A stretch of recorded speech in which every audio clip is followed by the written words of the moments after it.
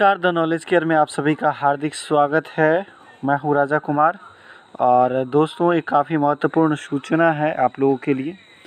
जिन छात्राओं ने इंटरमीडिएट 2020 में पास किया है, उन सब के लिए काफ़ी महत्वपूर्ण सूचना है। यदि आपके घर में या आस पड़ोस में, आपके सगे संबंधियों में जिन्होंने भी 2020 में इंटरमीडिएट पास किया है, यानी कि 10+2 किसी भी सब्जेक्ट से, चाहे वो साइंस हो, आर्ट्स हो, कॉमर्स हो, किसी भी विषय से, किसी भी स्ट्रीम से पास किया हो, तो उनको कुछ प्रोत्साहन राशि मिलने वाली है। उसके बारे में मैं आपको बता दूं कि मुख्यमंत्री कन्या उत्थान योजना के अंतर्गत मुख्यमंत्री बालिका इंटरमीडिएट प्रोत्साहन जो राशि है वो आपका दिया जाना है। ठीक है, उसके बारे में महत्वपूर्ण सूचना है, तो मैं सूचना पढ़ देता हूं कि सूचित किया जाता है कि उच्च शिक्षा की ओर से प्रोत्साहित करने एवं छात्राओं को आत्मनिर्भर बनाने के लिए, जी हाँ, आत्मनिर्भर भारत चल रहा है,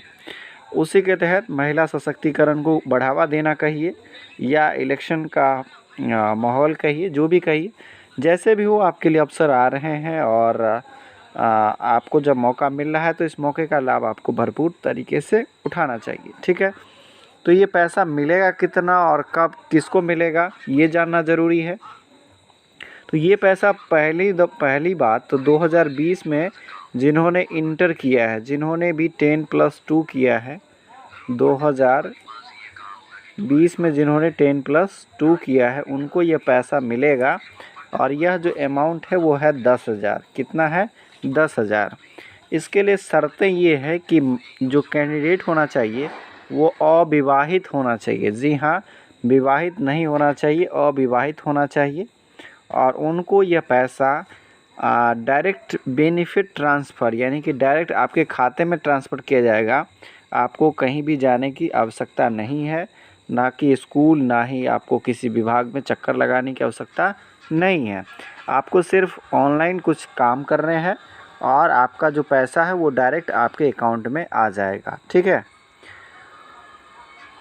जो पात्र लाभुक हैं वो यहाँ से देख सकते हैं www.ebih.nic.in/edubihar.aspx के माध्यम से। इस लिंक को आप कॉपी कर लेंगे और इसके माध्यम से आप अपने मोबाइल में, लैपटॉप में, जहाँ भी आप, जो भी साधन है आपके पास, संचार का जो भी माध्यम है, उसके माध्यम से आप क्या कर सकते हैं, सर्च कर सकते हैं। और यहाँ लिखा भी है कि इसके आप खोलें और उसके बाद सभी सूचनाओं की जांच कर लें, अंकित सूचनाएं सही है या नहीं। इसके अलावा उक्त पोर्टल में लॉगिन करने के पश्चात कैसे लॉगिन करना है वो भी मैं आपको बताऊंगा। बैंक खाता नंबर, बैंक शाखा का नाम, IFSC कोड से संबंधित सारी सूचनाएं आपको इसमें देनी है। ठीक है, इसके अलावा बिहार विद्यालय परीक्षा समिति द्वारा आयोजित वार्षिक इंटरमीडिएट परीक्षा 2020 में उत्तीर्ण छात्राओं को अपने अविवाहित होने का प्रमाण पत्र भी आपको देना पड़ेगा। इस पोर्टल पर आपको या सर्टिफिकेट देना पड़ेगा कि आपकी शादी नहीं हुई है, यानी एक डिक्लेरेशन आपको देना पड़ेगा कि आप अविवाहित हैं, यानी आपकी शादी नहीं हुई है। ठीक है, NIC के द्वारा विकसित ऑनलाइन पोर्टल को लॉगिन करने के लिए आप क्या कर सकते हैं, आप जो है, आपका जो रजिस्ट्रेशन संख्या है, ठीक है, आपने रजिस्ट्रेशन करवाया होगा, एक लाल कलर का मिलता होगा। ठीक है, रजिस्ट्रेशन होगा आपके पास, 12th में भी करवाया होगा आपने, ठीक है, और 10th में भी होता है।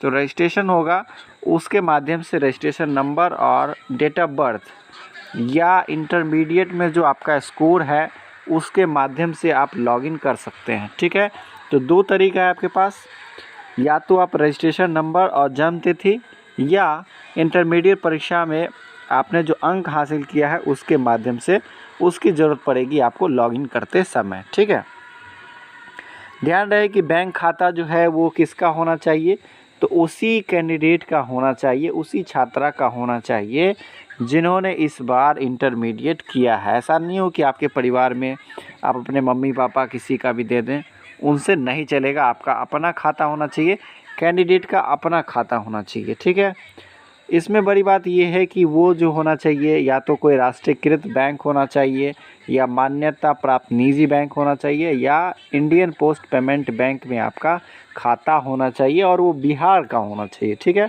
अदर स्टेट का खाता नहीं होना चाहिए, ठीक है।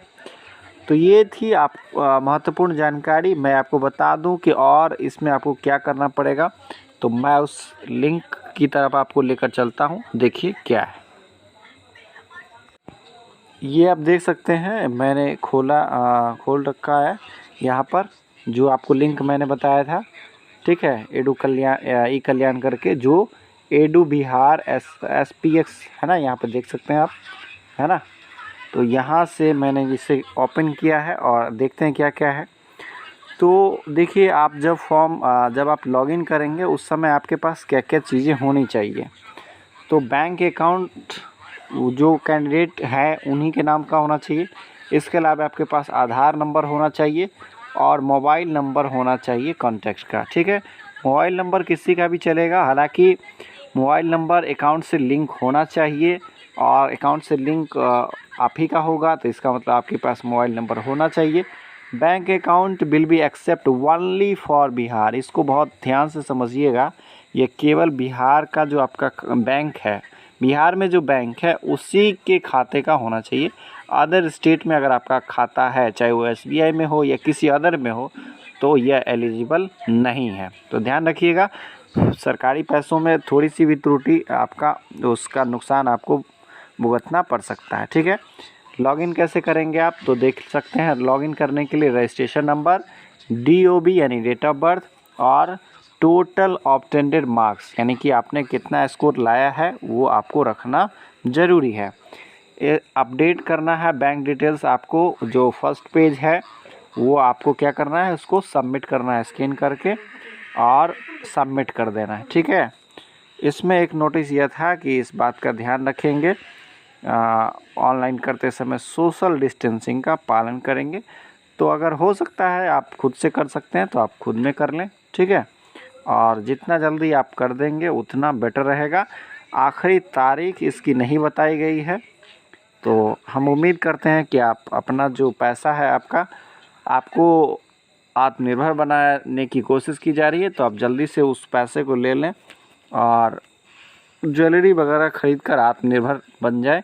जो मेधावी छात्र हैं उनसे मेरी आग्रह है कोई इन पैसों का वो पढ़ाई में खर्च करें, और जो ऐसे ही पास कर गए थे और पढ़ाई में ज़्यादा दिलचस्पी नहीं थी, वो उन पैसों का कुछ भी उपयोग कर सकते हैं। मिलते हैं नेक्स्ट वीडियो में, तब तक के लिए जय हिंद, जय भारत।